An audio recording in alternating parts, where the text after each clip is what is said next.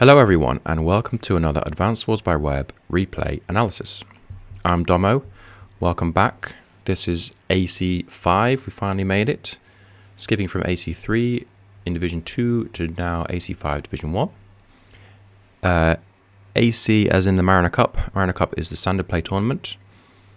So great to be in a new set of tournaments. It's not ideal to be hopping straight from the final of a tournament into another one because these tournaments last for absolutely forever, but still really exciting to be up in Division 1, and we'll see how we get along. So the usual format, I'll take us through the map analysis and then we'll get into the game. I'm up against, in round 1, up against PunisherIceman. Intimidating name, I'm quaking as I say this. I was shaking the whole game through, obviously getting on the Richter scale at this point. But yeah, great to be up against them. I really have no idea who they really are. I had a quick look. They seem to be something like a 1200, 1300 level player, something like that. So kind of mid-range player, but should be playing at a level above or reasonably above Division 2, which is great to see. So hopefully we should have less kind of standard errors and more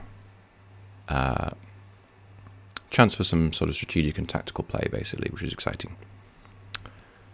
So in Amarriner Cup, in all Amarriner Cups, the first round is a mixed base, which is delightfully chaotic. This is a tradition that's been going back for the whole of the Amarriner Cups, really, and I think that it's a great tradition. I really like it. Mixed base is just a little bit chaotic. And it adds a little bit of spice to the first round and makes it quite interesting, really.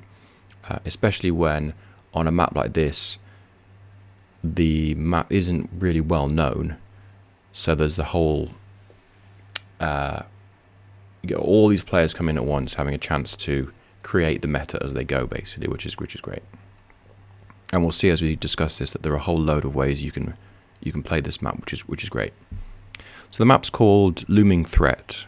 I'll put a link in the bio, in the description, but it's by Monty Sigurdsson, I think, and it's an excellent map.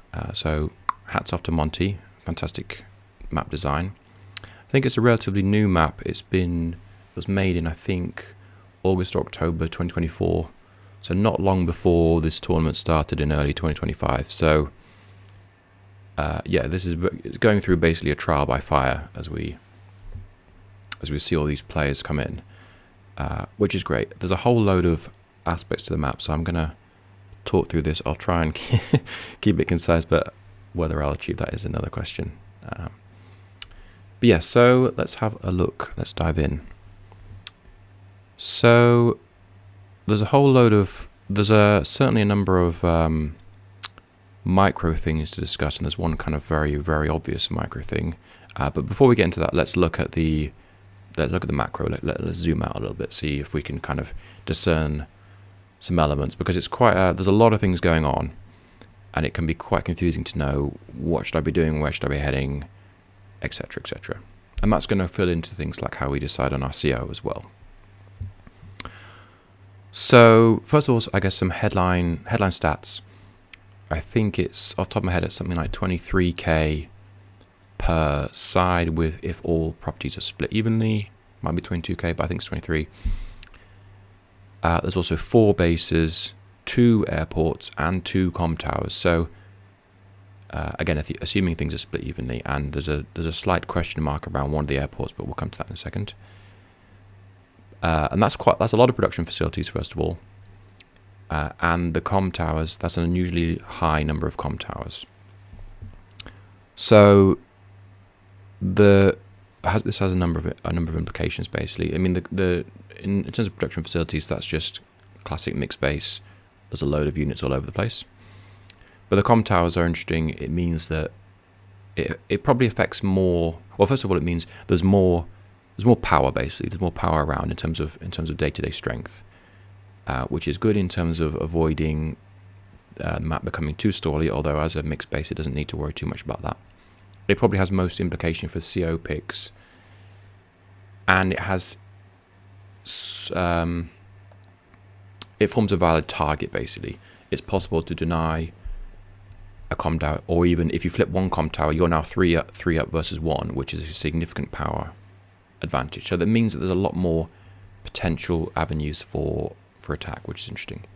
Anyway, we'll see the impact of that as we discuss the map a little bit further. So let's just work through the bases in turn and see their kind of areas of influence and some of their vulnerabilities as well. And that starts to kind of piece together some of the landscape of this map. So if let's start with we'll start with the 2 base. We'll look at Blue Moon's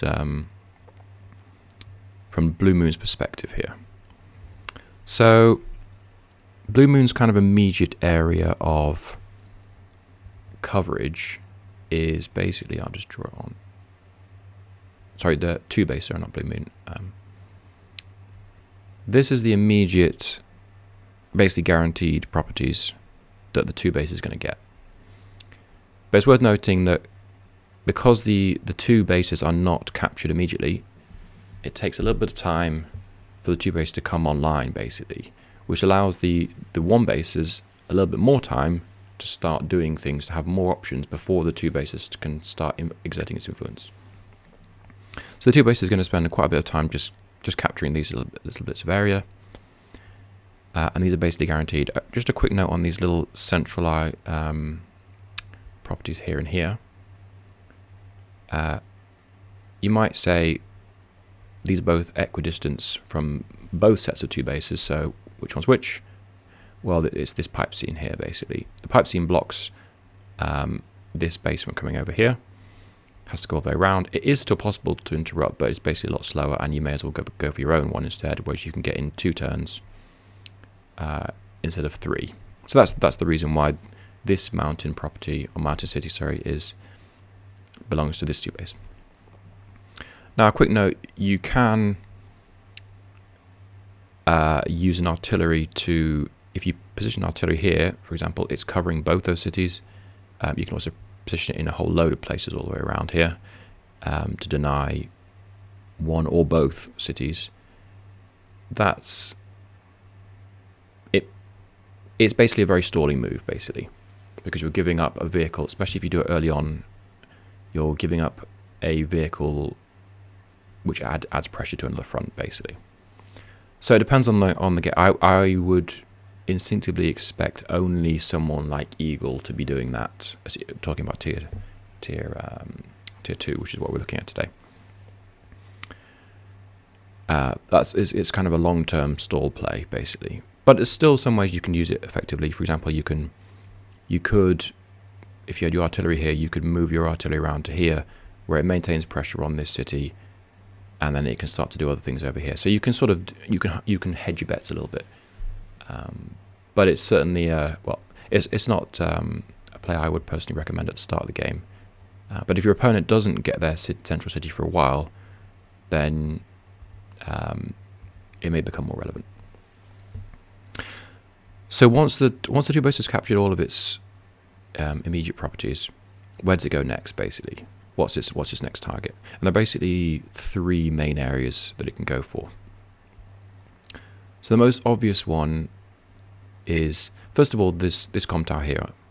So an infantry will come from here, grab to here, and then it takes 2 turns to chain to here.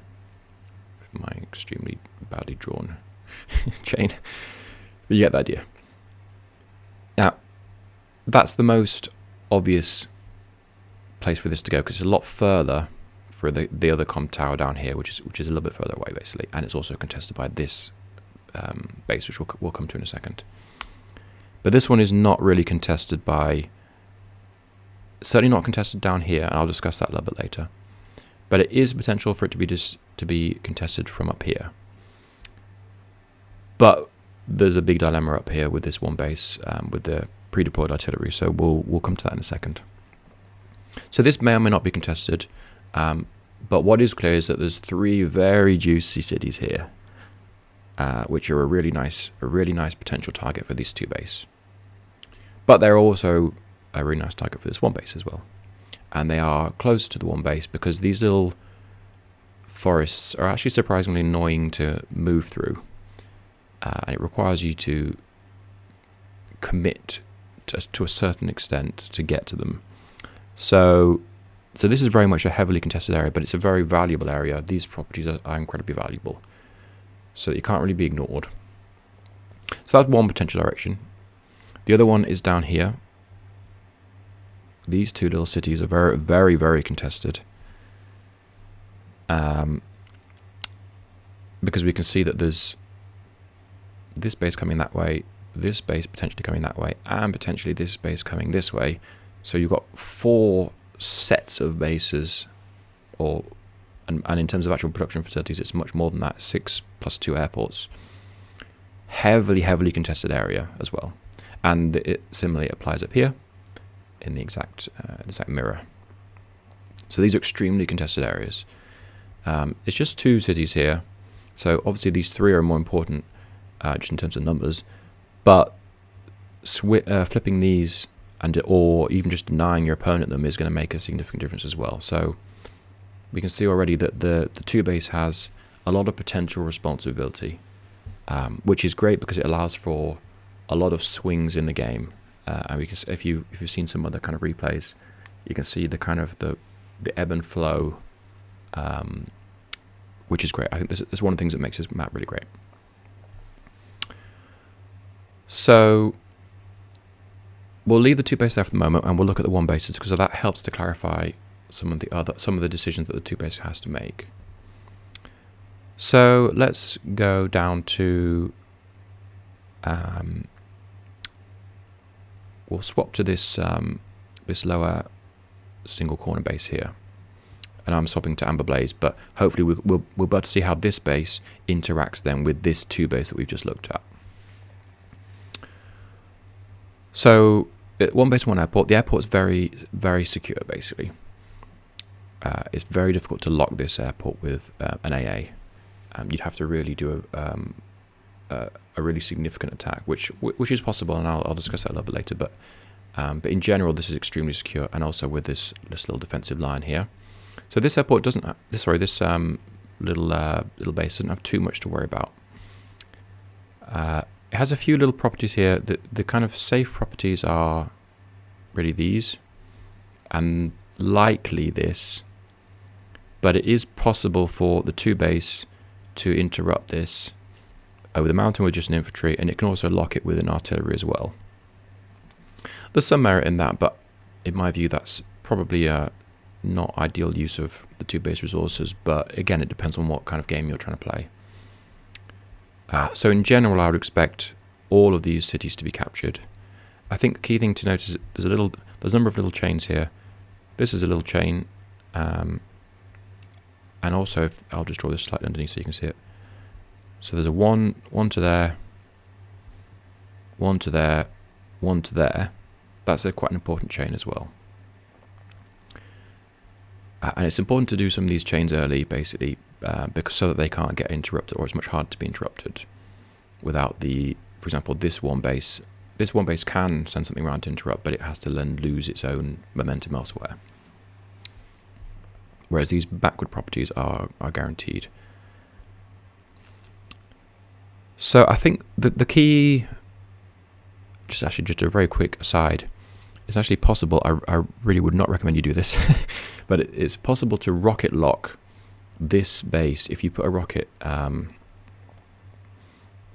here, or well, actually, it has multiple options for where it can go, and rocket lock this base from the 1 base. I would really strongly recommend that you don't do that, because that rocket would be extremely exposed. But it's just a little aside. It's also possible, as we're on indirects, it's also possible for the 2 base to send an artillery round this way and artillery lock this base that way. If you were attempting to attack into this 1 base from the 2 base, that would be a viable strategy, although you're much more likely to be going around this way. There's just a lot more space, basically. And obviously an artillery here is quite vulnerable. Not something I particularly recommend unless you're eagle basically, and you're trying to sort of unscramble the bases. Yeah, so I think the key thing for this one base here is what's the capture phase for the one base, basically. What's its area of influence? So we've got this secured area. Let's assume that we get all these. Where do we go next? Well, the very much obvious direction is this comm tower, because it's basically yours unless you don't go for it. And you have to go for. You basically have to go for at least. You have to have at least one comm tower, because you can't let your opponent be having. Certainly can't let them have 4 comm towers, or you can't let them be up by more than one above your current count, basically. So if you've gone this way, then you then have a natural influence, because you've got a bunch of infantry coming this way anyway. So now you can exert a natural pressure on these contested properties, and they're important properties as we've just looked at earlier, because they're contested by everyone basically. So that's kind of one aspect which inclines you in favour of your whole army basically going this way from this one base. The other big thing that makes that decision is the only other direction you can go basically is up here. Now it sort of half looks like you can help to contest these area, but this is really a huge sort of no man's land. There's not a lot of there are some kind of defensive tiles you can use here, but basically you're trying to basically walk your units past 2 bases of your opponent, which is generally pretty inadvisable. And the key thing that kind of settles it is that the only reason you would want to do that is if you were going to be given some juicy properties. But there are no juicy properties. The nearest properties, yet you can contest the comm tower a little bit, but the properties are over here. That's nowhere near this base. It looks, and I have seen some people completely nuttily, in my view, go for this property here.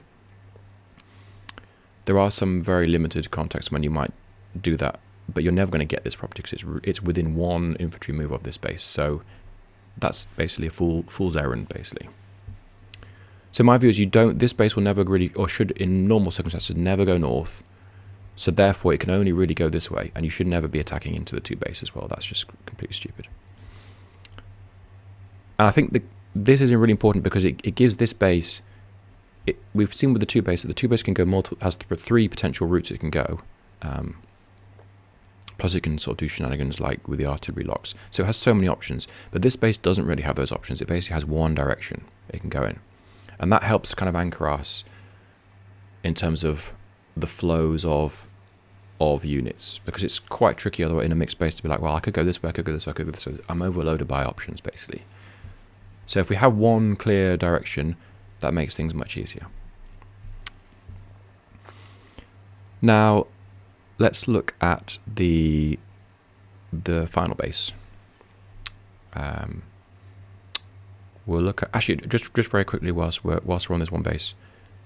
By going this way, my terribly drawn arrow, we also have the potential to connect up with our other 2 base in the center.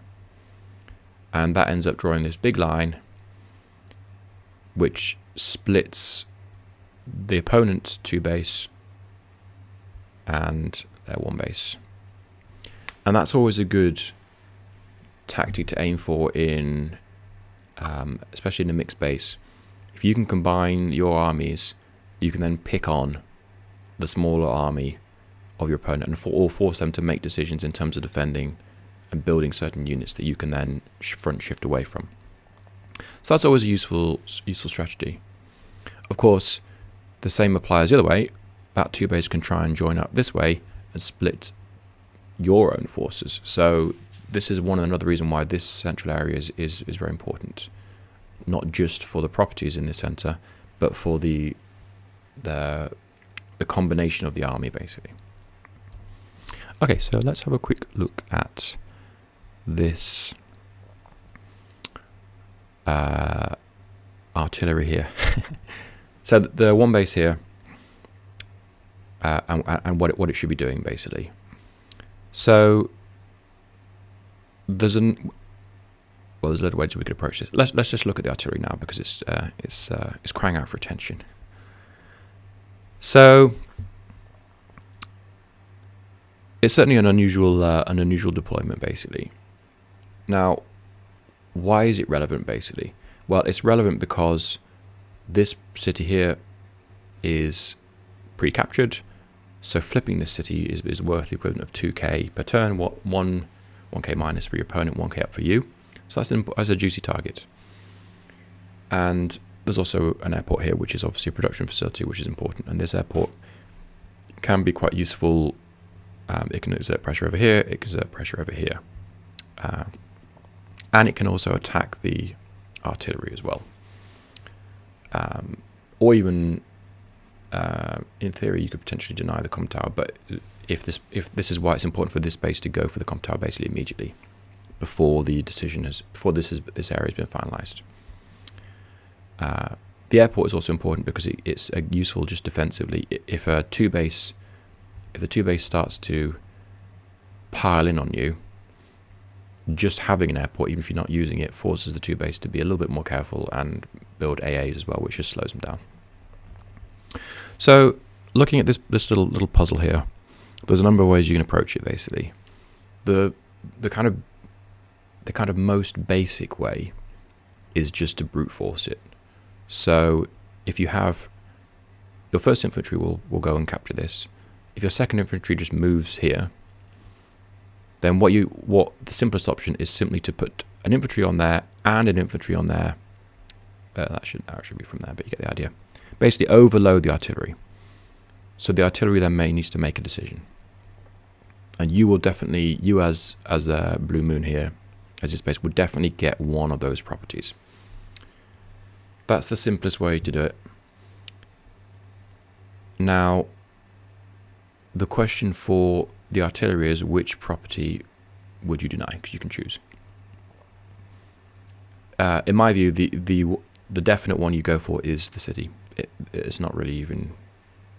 There's no contest. The city is worth double the amount of income, and it has another important factor as well. But in just in terms of income, it's worth it for that. There would be a question around denying your opponent a production facility, and there's some merit to that.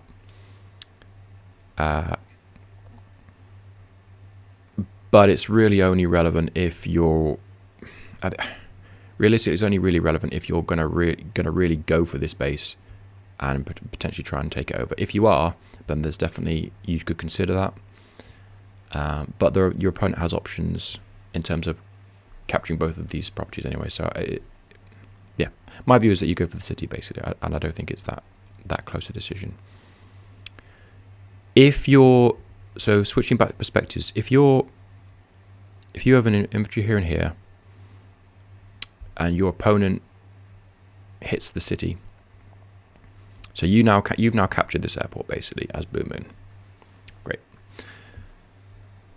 So the simple way you can capture this city is just by brute forcing in terms of combining infantry in.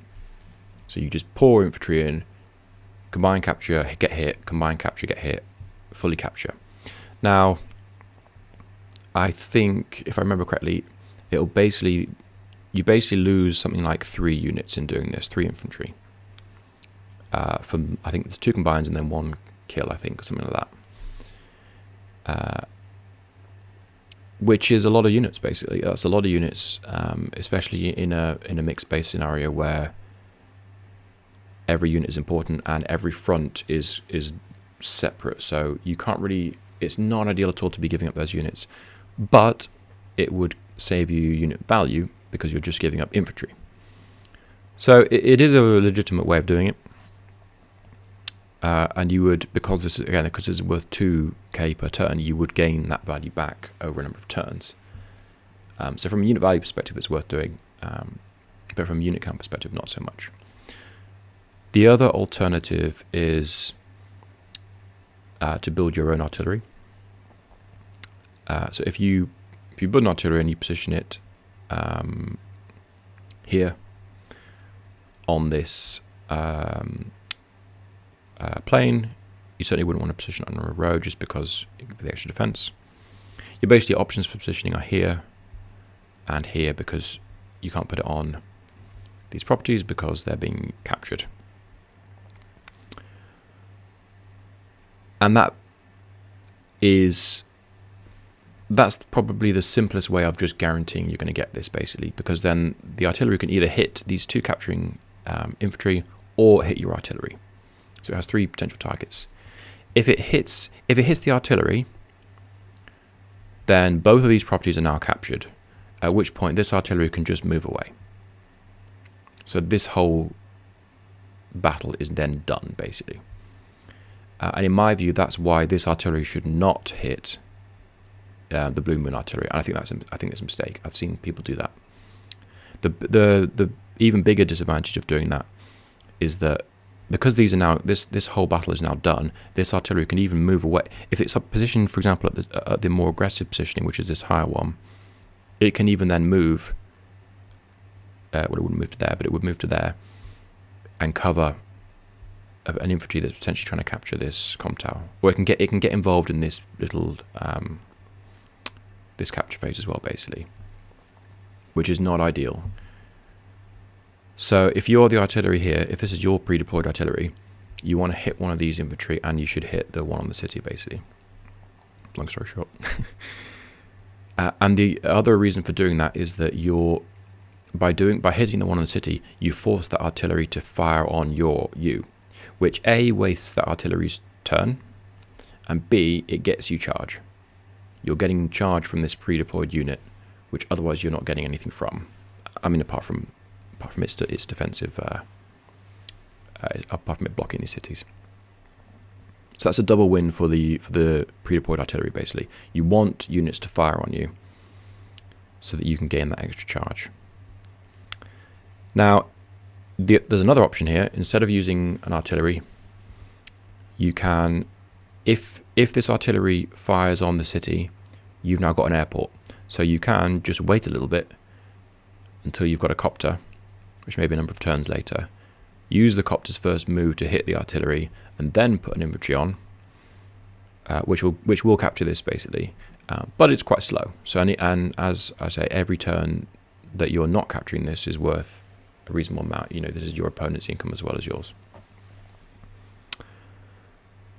Yeah. So those are some those are probably the 3 most obvious options in terms of forcing this. My personal, before I get into my personal view, I think that it's important to note that the one base doesn't just have to go this way. There's another way that this one base can go, which is up here. It's possible because this, if we sort of see, this is worth 1, 2, 3, basically. It's worth 3k income because of the flip. But it's also important to notice that these properties are also worth 3k income, and that these are more contested. These down here are not contested, apart from by the artillery, but you can capture them in theory at leisure, although in practice it's a little bit harder to do that. But another option you have is just to go north, basically, and that lets you grab some of these. These are contested, and it's quite hard to flip these as the game goes on, especially once powers come into play. And it also allows you to potentially deny the comm tower, or even to capture the comm tower yourself from this 2 base. Because as I say, the 2 base it takes a little bit of time for the 2 base to come online and capture its immediate stuff. The other advantage of going north is that, I mean, in theory, you would be able to go north, capture at least 1 or 2 of these properties, potentially all of them, but at least 1 or 2, and then capture these ones at your leisure. In practice, you have to kind of send a reasonable number of units in north to be able to kind of defend this, and it's unlikely you're going to have, because you need 2 units at once, 2 infantry at once to overload this. So it becomes quite fiddly, which is, again, I think another really good thing about this map design. It's difficult to balance these competing priorities. My instinct is that once a meta kind of develops, there's probably a way for this base to just go north, grab these, and then grab these sufficiently securely. If you, for example, if you just had, an artillery here, for example, would be sufficient to cover this. Obviously, it's very exposed, but it depends a little bit on what the 2 base does. But you'd have what you want to be able to do is grab at least 1 or 2 of these, just deny the rest, And then all you need to be able to do is have enough time to send 2 infantry over here, and that's sufficient to be able to kind of get the best of both worlds. Cool. A couple of other things it's worth noting about this, that if this 2 base has gone here and then sent infantry here, it's actually possible for a recon from this 1 base to come over here and deny this property, because you can get there in 2 turns. Now, this is actually surprisingly irritating to deal with, because this property is worth so much because it's worth 2k, that it's worth the recon doing this, and it's tricky to deal with, because to deal with the recon, you need, if you bought an artillery with the aim of parking it here, for example, it can't really deal with the recon, because the recon is just A, out of range, and B, just too flexible to be able to attack. I mean, in theory, you could park the artillery there, but I think the recon can potentially hit the artillery. I can't remember the exact calculations with this, but it becomes quite fiddly. And if you build a tank from here to deal with the recon, then you're now committing a huge amount of resources into this base, and you need those resources elsewhere. Basically, you don't really have those resources at the start of the game to build a tank and an artillery just to try and get these two properties here. That's way too much. So it's surprisingly annoying. Now, there are a number of ways you can deal with this. I will say also that it's a committal for your opponent to be buying a recon, obviously, because it interrupts their own capture chain. And it takes away, again, there's not many resources at the start of the game. I've seen people deal with it by buying their own recon, and the aim is just to block. So this recon is coming in here. This recon just gets in the way sufficiently enough to allow these infantry to just have basically 1 extra turn of doing stuff. That's a legitimate way of doing it, I think. And these recons can then still be useful, particularly because there's a load of infantry about to pour into these areas here. And recons are obviously very good against them. And the recons are reasonably flexible because a lot of roads and some shoals. Also, if you're sending your recon from this one and it gets thwarted, it can just double up, go up this way instead, and force a tank from the 2 base to come down here, which is annoying for the 2 base basically. So the recon still has use, and I think that buying a recon isn't, you're not going to lose fully. But I think it's also important to note that if your opponent buys the recon from that base, you can just, this base actually doesn't even need to go this way at all. It can just go north initially, like I was just mentioning.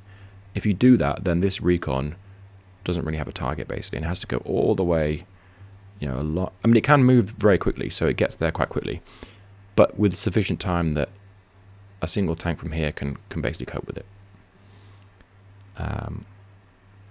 So yeah, there's some merit in the recon opening, and I was actually considering doing it myself. But it's also a question of balance, because there's a significant advantage to having resources from elsewhere. One more thing on this, it's also possible for a tank from a 2 base to try and interrupt as well, which looks like a long way away, but I think it takes 3 turns. Let's see, 1, 2, 3, 4, 5, 6. 1, 2, 3, 4, 5, 6. Yeah, it takes 3 turns to get there. But it can actually get there if this. It depends on what this base does. But again, it's worth interrupting if it's not going to get hit by its own tank. So that's a potential extremely aggressive opening that is possible from the 2 base. Just a thing to be aware of. Okay, I think that's sufficient to get started with the map. We'll discuss some other things as we go. Let's have a quick look at the CO choices. So, tier 2, as I say, reasonably high income and double comm towers are probably the key thing, but mixed base. So some of these are pulling in opposite directions. Reasonably high income inclines us towards power-based COs, because the powers are charged more quickly, as does the double comm tower, because in the words of what's it called, Syndrome or something from The Incredibles. If everyone's a superhero, no one's a superhero. If everyone has 2 comm towers, everyone's very strong, which means that it limits the impact of day-to-day powers because everyone has day-to-day powers. So those 2 things incline us towards COs like Olaf or Eagle. But on the flip side, we are in a mixed base scenario, which also inclines us towards day-to-day powers, basically, because there's a lot of early fighting, and there's a good chance that the game doesn't go on that long, basically.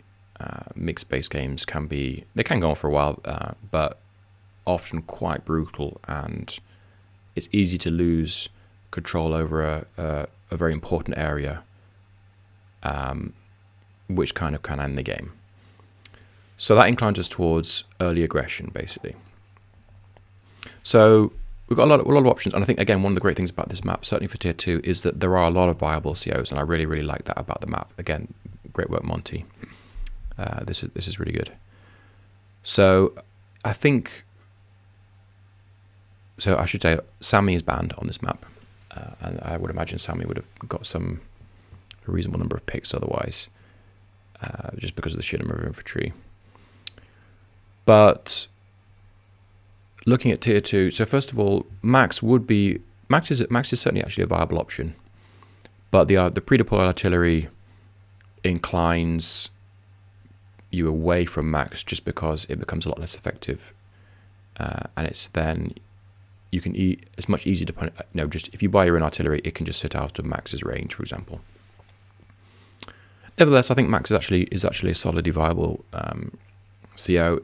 A lot of tank battles, a lot of relatively open spaces. The forests here do slow things down, but still a whole bunch of tanks coming at you with 140 attack, assuming 2 comm towers.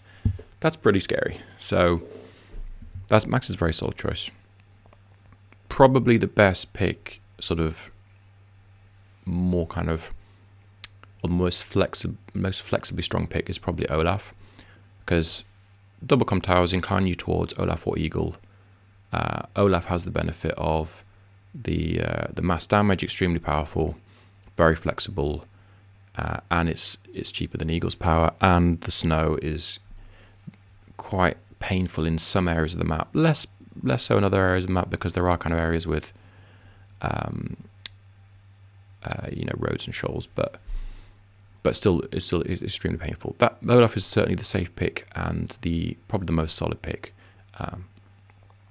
Eagle is viable, but you have to play that very much as a stall game. It's certainly possible to do this. You really need to be trying to join up some of your fronts, here, or like I was showing earlier, connect some of these armies, hunker down, grow a big army, and then try and lightning strike your way forward, which you certainly can do. And I would, if you're interested in that, I would watch there's an ongoing game with JT Quinn, I'm not sure how you pronounce that, against Ship B, Eagle versus Max. It's ongoing, so I won't comment on it, but it's a very interesting game, and it's certainly worth having a look at if you haven't already.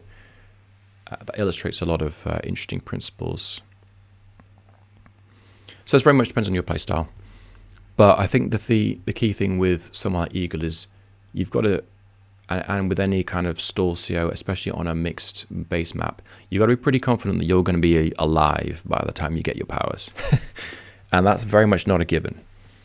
On a more traditional map, you may have more options, but you got to be pretty confident you're in your ability to stall out before you get to your powers. And my sort of anecdotal reading is that a lot of people's confidence in that has been misplaced.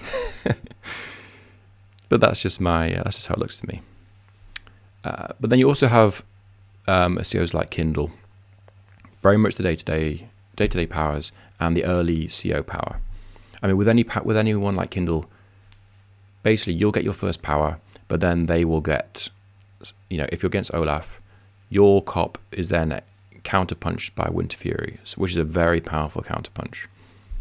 So you're very much exchanging that long-term overall power for that short-term gain. But I ended up going with Kindle.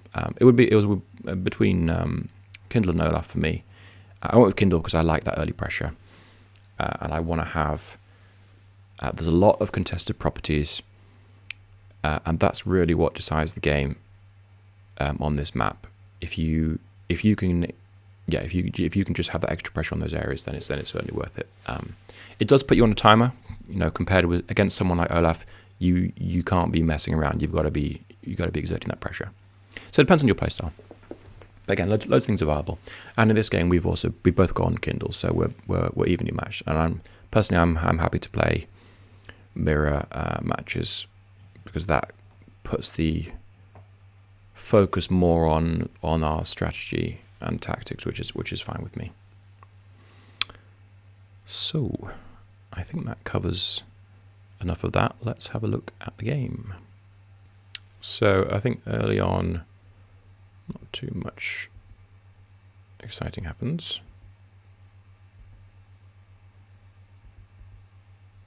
But it has been over a month since this game ended, so I've probably forgotten half of this.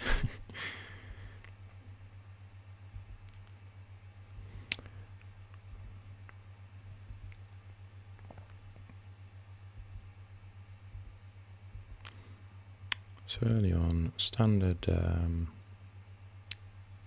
capture things.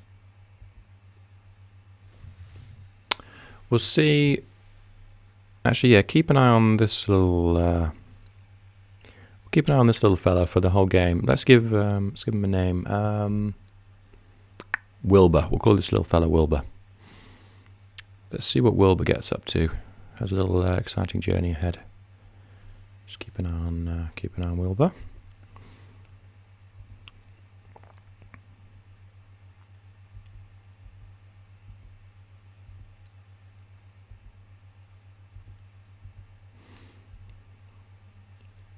So yeah, so already we see, as I was talking about earlier, you've got the option to go north, and I think this is we'll see how this set plays through. But I think this is actually a very solid way of approaching this map. You basically just ignore the artillery problem initially, with the aim of getting some of these secure properties. And I think this is very solid. A version of this will probably settle into being the optimum approach. Not necessarily this version, but yes.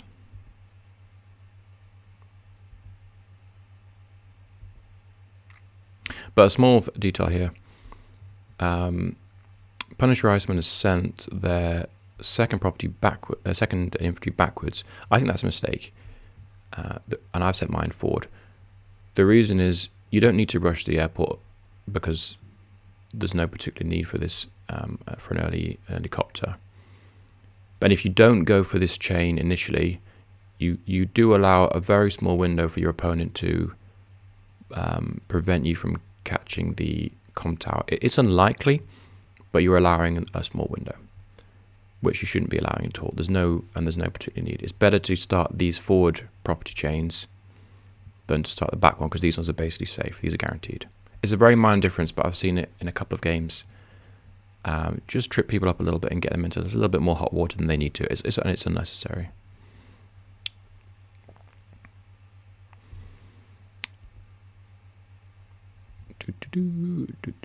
So forward chains, just capturing the immediate properties, nothing particularly out of the ordinary. And we can see already that I've gone for the probably the most standard option, which is just the overload the artillery and get my own artillery to take this one out. And basically I'm exchanging, instead of losing those 3 units, I think I'll lose, I can't remember exactly how much it is, maybe 1 unit, if and potentially not that. But we'll see the impact of that. But it's a big investment. I really don't want to have to invest in an artillery as my first vehicle. That is really not ideal. which is why I think that it's likely that the meta will develop more towards this option, which is heading north, which lets you also build your first vehicle as a tank, probably in the 2 base, which has a lot of flexibility as to which direction it can go. That's probably the most optimal opening. But we'll see how it plays out.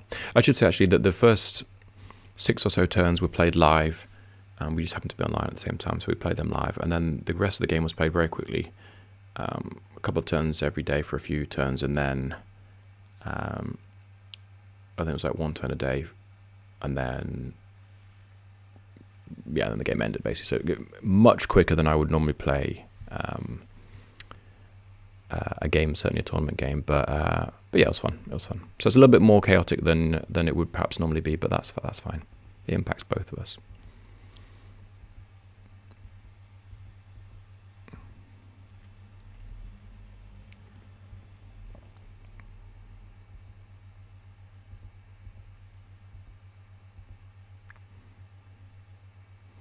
Yeah, so this is a full committal up to here, which I think is which is great because it shows the contrast between this approach and my own approach. So we can see that. So it makes it a good example.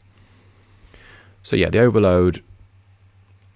Now, this positioning here is extremely aggressive positioning. I wasn't intending to do this particularly. Normally, I would put it up here. But because there's no tank been built from this. Actually, that's true. I should a quick note actually. You can see up here, Punisher's basically floated 10k, and basically by not building any vehicles, which was a slightly surprising move.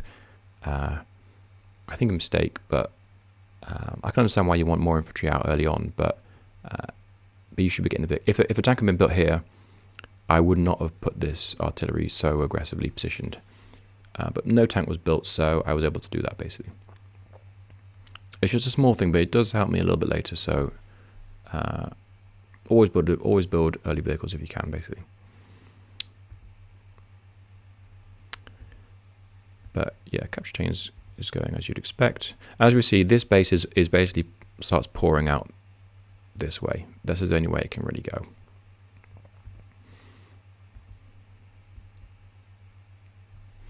Now, these are very important contested properties, and if you get them early, you can get them. If you don't get them early, it becomes quite difficult to get, because as we've seen, there's so many bases pouring into this area. So the early grabbing is important basically, which is why we see I didn't chain to here, which is the obvious chain. I've gone this way, which is I've taken the more aggressive option basically, and we'll see how that works out.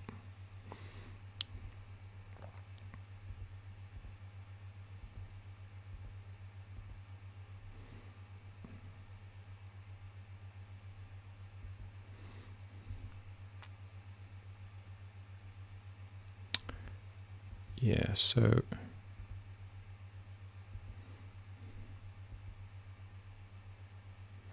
I think the Reaper view is lagging slightly, but hopefully that's not too bad. Yeah, this is so we see the slight disadvantage of certainly going that way and then north is that this unit has basically had to wait 1 turn for its friend to catch up. Which isn't, it's just a very minor thing, but it's just not ideal. But it's probably worth it because you are gaining these properties. And already there's a load of pressure coming around here. These infantry, who's going to grab this stuff? But this infantry has a lot of flexibility. It's threatening both. There's a lot of pressure on here, and because I've gone this way, we see that this whole area, this whole area of properties here is now uncontested by me, which is fantastic for Blue Moon.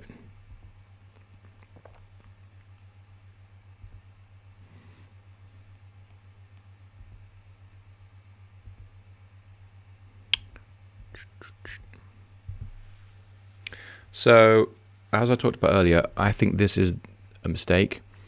This artillery shouldn't be hitting this airport. It should be hitting this, especially given that I've committed an artillery. So as Blue Moon that I'm gonna kill your artillery, or sufficiently kill it to, or sufficiently hurt it so that I can get both of these. So the only thing you should be worried about is, I'm going to get both of these. The only thing you should be worried about is slowing down the amount of income I can have. So you should always go for this city, basically. It's just a minor mistake, basically.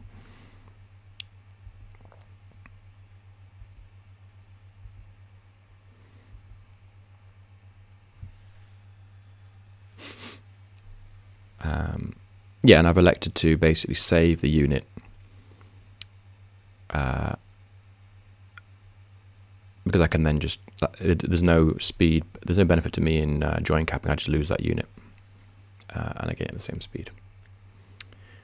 A minor kind of a side note is that if you do like I've done and you've put a unit onto the city, it will heal, but it will take off. It's the equivalent of having 1k less in your bank account, even though it's less than 1k, if you see what I mean. So it's a minor thing. It depends on what you're trying to buy, but you got to be careful with some of these early heals. I think it possibly does come back to bite me a little bit, but I can't remember exactly.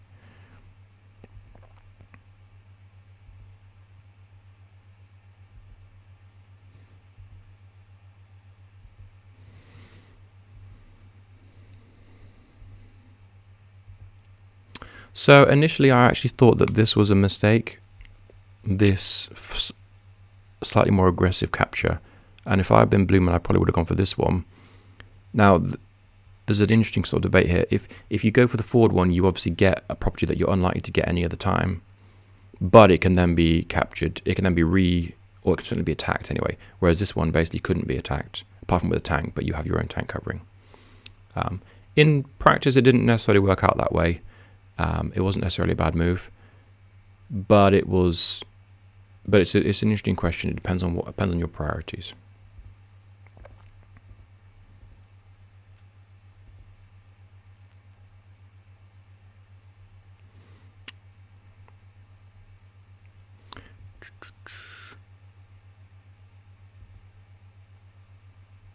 Yeah, interesting. Yeah, I think this is a solid move from Punisher, because we see here that because they sent their second infantry backwards, the first infantry wasn't quick enough to get to the comm tower, and it would be possible for me just to move my artillery to here or somewhere that covers the comm tower, and then it becomes impossible to get it, which is why you have to skip. So this is why it's a minor mistake earlier, which we saw.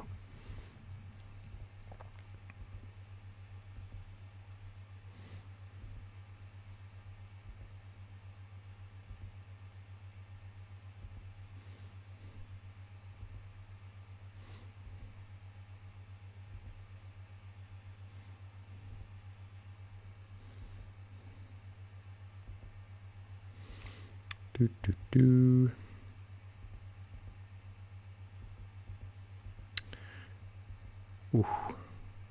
Chip, well, not really chip damage, but yeah, and that's also another thing. I mean, this is the thing. If this is going to hit me here, I'm going to lose that one, as you can see here on the side, that 100 gold, whatever it is. So I'm going to have the impact there anyway, so it's actually fine. So in fact, that was the calculation. I forgot about that. It's fine for this one to heal up anyway, because I'm already going to lose that from this artillery hitting me. I mean, that artillery could, in theory, hit this artillery, but you may as well do that because it's more effective. So I think that's a good move from Punisher.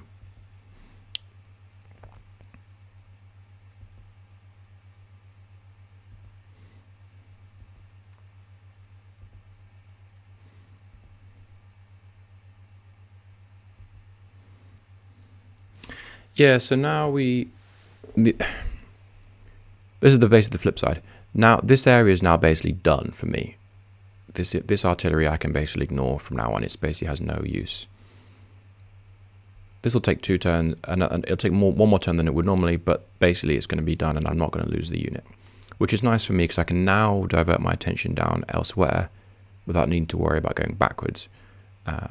Whereas we can obviously see on the other side of the map, that's the flip side. You've gained these extra properties, but you still have this sort of open wound, so to speak, behind you, which needs attention at some point.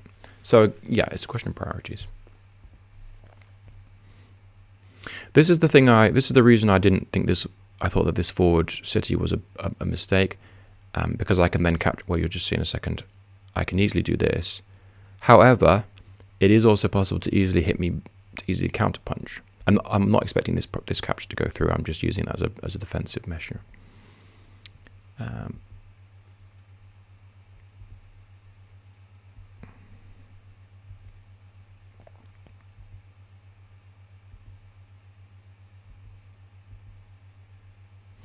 But we already see actually an interesting, which I forgot to mention on Punisher's turn. This tank's gone around here. Now, as like I mentioned earlier, this is a kind of a big no man's land. But the obvious aim is to try and join up these two bases to try and deny this area. Now, it's certainly possible to do. You certainly can deny it, and you can put a lot of pressure on these bases. But fundamentally, you're attacking into a 2-base, and this 2-base is right in the middle. So it's you have to. In my view, this is just a kind of a basic strategic mistake. But it can be effective for a while, and we'll see that it is effective for a while. But I think you're giving up too much pressure elsewhere. But again, we'll see the impact of that.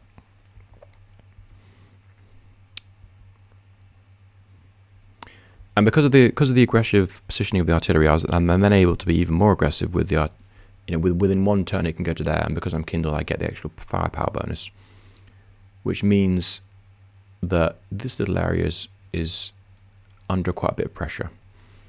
So it's quite nice to be able for this artillery to then have a role, because otherwise it kind of, an artillery that just hits this and then has nothing else to do is kind of pointless, basically.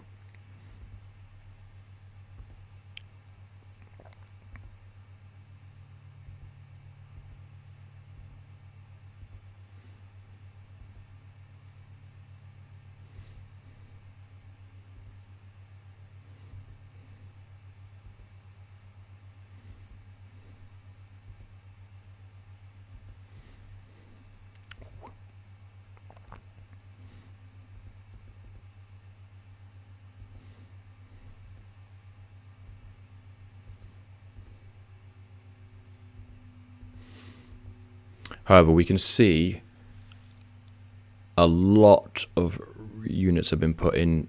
This stuff's streaming down here, this stuff's streaming up here. We've got 4 tanks, plus a copter, which, well, we don't know the direction the copter's going in yet, but it's likely it'll come down at least to support this lot. There's a heavy pressure on, basically, on this area. And there's already advantage to that, because I don't have this comp tower, and it's not going to be possible for me to get that with this heavy pressure. Which now means I'm fighting 2. Punisher has 2 comp towers and I have 1, so that's certainly an advantage. It's not a significant advantage though, in my view, not given what you're giving up. But you know, as with any kind of brawl over properties, if you're continually brawling over them, whoever already owns the properties gains from that, basically, because they just keep that income. So in that sense, it's a very solid play.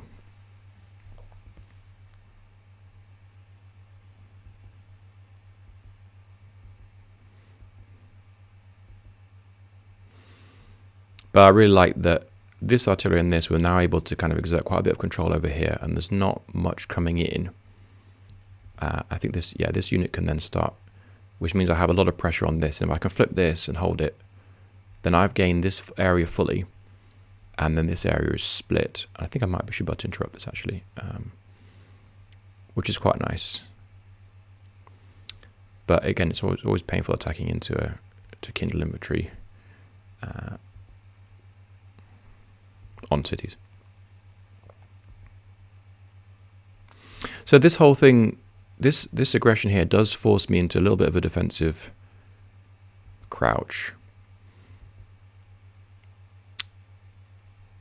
Because there's so many units coming in, and I do have to respond to that. But this is a 2-base. I mean, I can do exactly that. I can just pop 2 tanks, because everything that my opponent does is signaled many turns in advance, because it just takes so long to get there. So it's easy for me to respond, basically.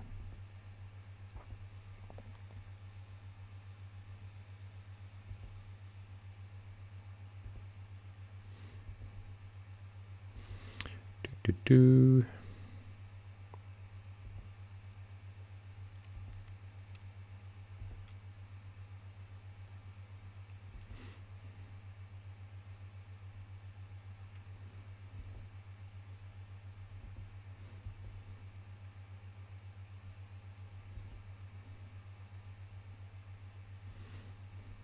Yeah, this city was never going to be captured, but it actually can be quite irritating if you have the tank coming in, especially as Kindle, because you can start to just add a little bit of pressure.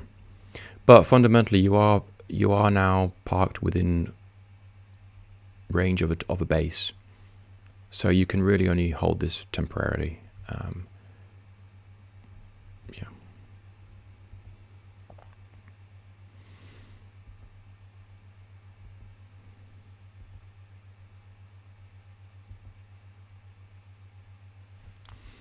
Yes, we actually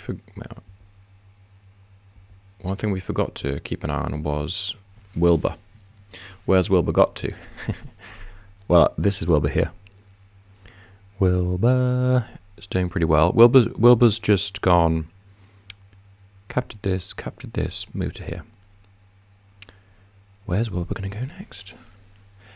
Let's find out. Now this is, well, you'll see in a second. You can pretty much guess, I'm sure. But it's quite a nice little journey.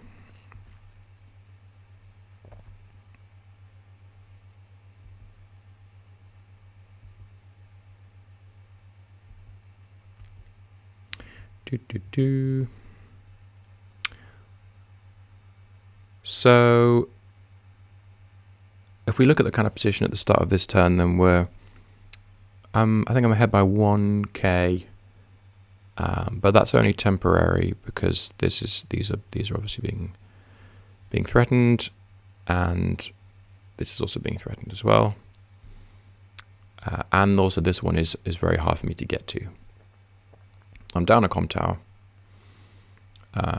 but my opponent doesn't have these, so there's a kind of a range of factors.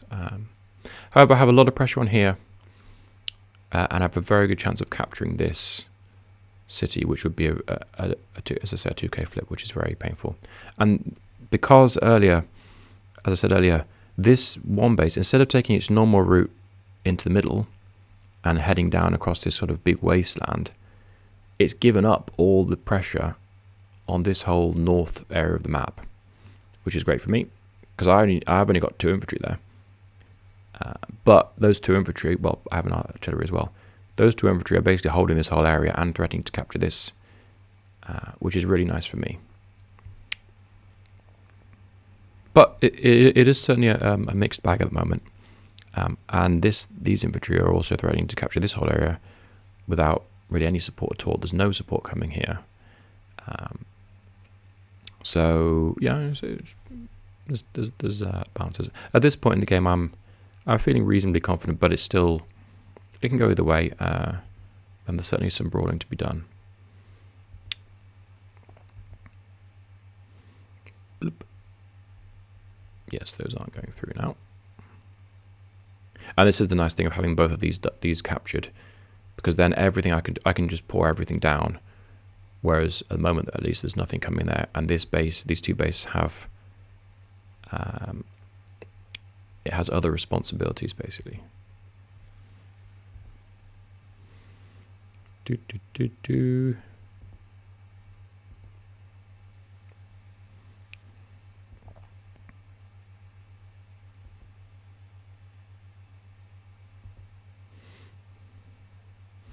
Yes, I get a little bit spicy over here.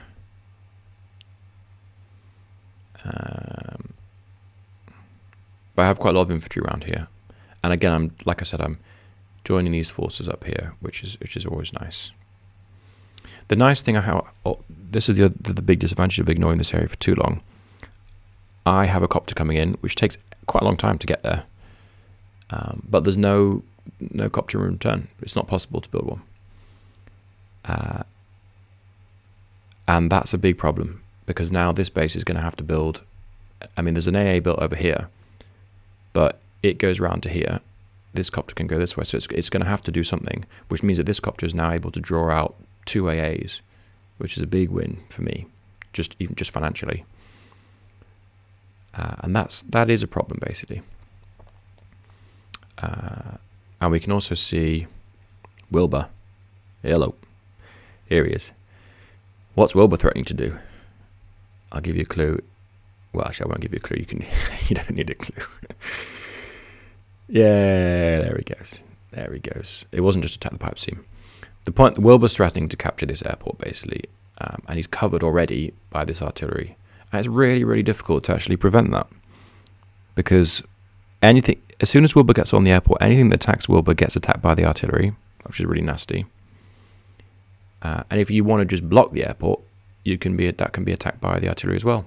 So this is a this is a big problem, and this is the biggest problem probably with, or one of the big problems probably with committing you've committed too many units up here, especially coming down from this, but you've neglected this defense here.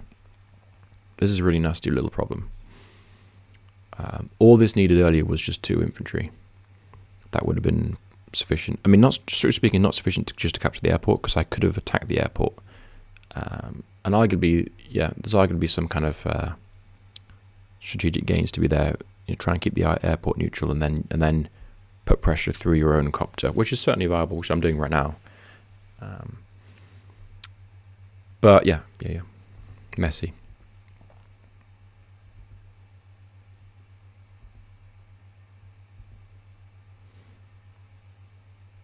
But there are a lot of aggressive units here. It's easy for these all to be, and there's an airport. There's a copter coming in, forcing an AA from me. This is quite nasty for me, actually. There's a lot of pressure here. Again, it's not a big problem because this is a 2 base, but it is a little bit concerning. And we're now heading up towards Power's territory as well, which is nice.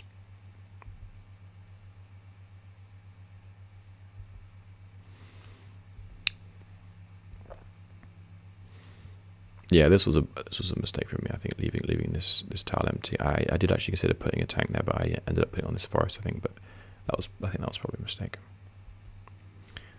Punisher gets pretty aggressive at this point, I think. Certainly over the next few turns.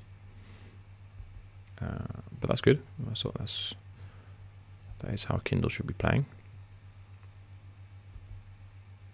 Boom! Here it comes. This is nasty for me, actually, and I think the whole previous turn was arguably a blunder for me, because I think there's at least actually maybe it's just this property, but I need this property to go through. Basically, this is really, really important for me. It would be uncontested otherwise, but now it's possible to contest it, so that's really irritating for me that power managed to come through, and I should have calculated that a little bit more. But again, this game was played relatively quickly. It means that this kind of thing can happen, which is nasty. But that's the way the cookie crumbles sometimes. So, a little bit scrappy around here. It's getting quite a tank brawl over here, basically huge tank brawl. But the fundamental sort of macro level issue is that this is starting to overextend. Looming is overextending into the range of my 2 base. If you've already got these properties and you're going to get this one, you've got everything you want in the area. That's basically everything you can gain in the area. You're not going to take down the 2 base. That's just not happening. So, and this property here, you're not going to get. It's too near mine. You've already got everything you need. Bait me and draw me into you, into when I have to overextend into you. You shouldn't be overextending into me, basically. I mean, I'm happy for this to happen because obviously it benefits me. But yeah.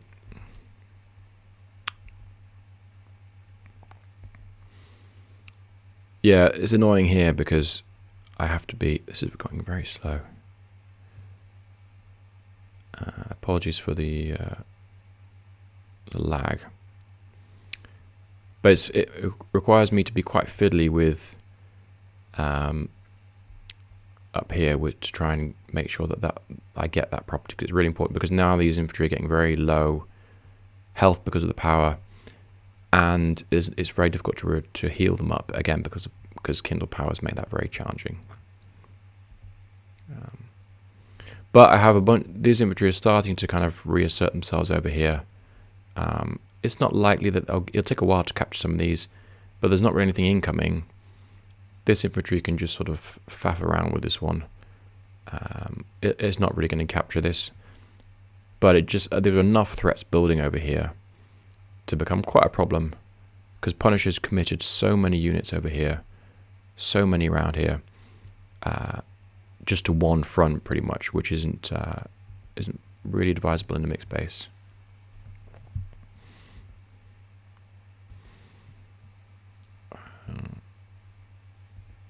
But yeah, this is an aggressive attack on it from Punisher, and it has made me be quite defensive. But I can still clear out quite a bit of units. That means that my copter is now uncontested. There is another copter over here, of course. I think my copter can get quite nearby. Yeah, it gets nearby, but it's sufficiently far away. Wait, what? 1, 2, 3, 4, 5, 6. Yeah, it can't attack that. That's fine. Yes, the power is also annoying because poor Wilbur, is taking a battering. Can't then threaten to do an immediate capture, but it's still a very powerful threat, because there's no infantry anywhere near this. So the only thing that could actually threaten to interrupt this would be a tank, which will then take an artillery hit, which I'm more than happy to exchange Wilbur for. Sorry, Wilbur. You've done well. And obviously capturing this airport right next to this base would be really bad for Blue Moon. So this is quite a big problem, basically. And because there's so much overextension into my base, I can actually build mechs and they're still viable because I'm just in this crouch. The mech can also attack this city if needed, but also it can defend against these any tank attacks. And there goes Wilbur. Yes, come on, Wilbur. MVP. And then that's the end of the game. And understandable, because I'm ahead on income and I'm going to get this flip next turn. I think it's strictly, this tank can actually hit this infantry, and then I think there's maybe a very small roll chance that this can interrupt. That infantry can come around here. I don't think it quite does it, but I think there's a very small chance. But if it doesn't go through, then that's a flip which will put me up at 4k in the lead, -1 because this will come back, but then +1 because the airport. So I keep the 4k. I have a chance to, certainly I should be able to get this one once I exchange this full infantry in for it, which then gives me even more of a lead. Again, this brawl is overextended. So yeah, a completely fair resign in my view. I think in general, Punisher played pretty well. I don't think the only kind of major mistake for me is just this kind of strategic mistake of coming down here instead of going around here. And when Punisher's now changed that approach, heading around this way, which is much more effective. And you see, if you keep pouring stuff this way, you're going to have a lot of pressure on here, because I hardly have anything over here. That's really the only major mistake, I'd say. But otherwise, yeah, good game. Yeah. But yeah, there's a whole ton of interesting games on this map, with a whole load of different COs. Certainly worth watching a few of the games with Olaf and with Eagle, just to see the contrasting approaches that you can take on this map, which is definitely worth seeing. A really great map. But yes, thanks to Punisher, and then on to round 2. So, I mean, this game ended over a month ago, and the other round one game to decide my round two opponent has been going for absolutely ages. It seems to be turning into one of the longest round one games. That's Poland versus the Blizzard guy, I think they're called. Good game as well. I mean, it's been... I won't comment on the game because it's, as it says, it's ongoing. But yeah, very interesting game. And especially interesting for the COs as well, Kindle versus Olaf as well. So that's there's contrasting approaches, and it shows some of the kind of... But yeah, I won't comment too much on it because it's happening at the moment. But yeah, looking forward to the round two on Blood on My Hands, which looks like a great map. Very interesting map. So yeah, join me again in round two, and thanks for listening. All right, take care. Bye.